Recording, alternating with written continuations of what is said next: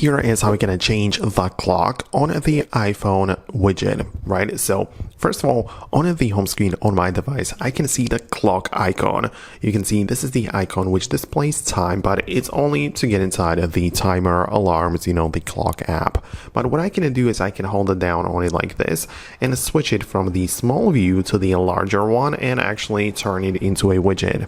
Right?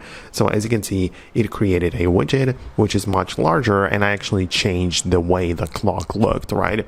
I can also hold it down on it like this and click on edit, and since this is a world clock widget, I can choose the location from which the time is supposed to be shown, right? So I can literally pick like any city in the world, and it's going to display the time from that place.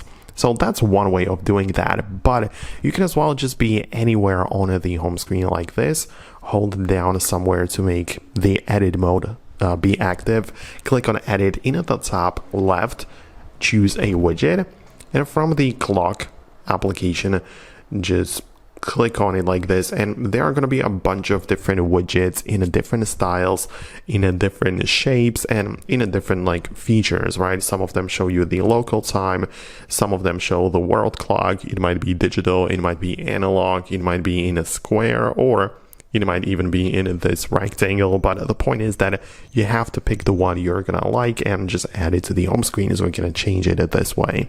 So I hope it helps. Let me know if that was the thing that you are looking for. Hit the thumbs up and subscribe for more, and I'll see you later.